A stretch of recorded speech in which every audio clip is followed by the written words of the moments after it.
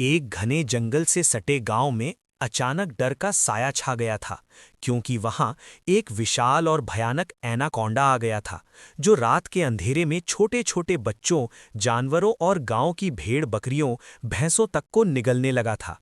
हर सुबह किसी न किसी घर से रोने चिल्लाने की आवाज आती और लोग डर के मारे अपने बच्चों को घरों में छिपाकर रखने लगे।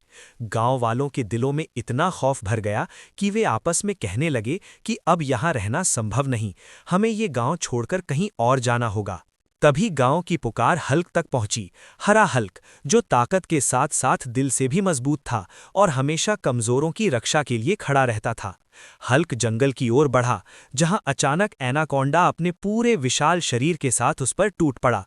एनाकोंडा की फुंकार से पेड़ हिलने लगे और जमीन कांप उठी, जबकि हल्क ने पूरी ताकत से उसका सामना किया।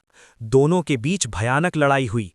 एनाकोंडा ने हल्क को जकड़ने की कोशिश की, अपने भारी शरीर से उसे दबाना चाहा, और हल्क ने अपनी अपार शक्ति से उसे जमीन पर पटकते हुए बार बार वार किए। जंगल गूंज उठा, धूल और पत्ते हवा में उड़ने लगे, और हर पल ऐसा लग रहा था मानो पूरी धरती ही इस युद्ध की गवाह बन रही हो। अंततः हल्क ने साहस और ताकत का आखिरी प्रदर्शन किया और एक निर्णायक वार से एनाकोंडा का अंत कर दिया।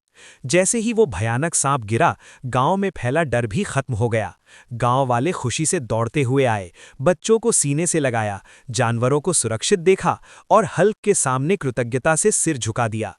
अब वो गांव, जो कुछ समय पहले उजड़ने की कगार पर था, फिर से हंसी खुशी से भर गया और लोग मिलजुल कर सुकून से रहने लगे, ये जानकर कि जब तक हल्क जैसे रक्षक हैं, तब तक बुराई और डर उनका कुछ नहीं बिगाड़ सकता।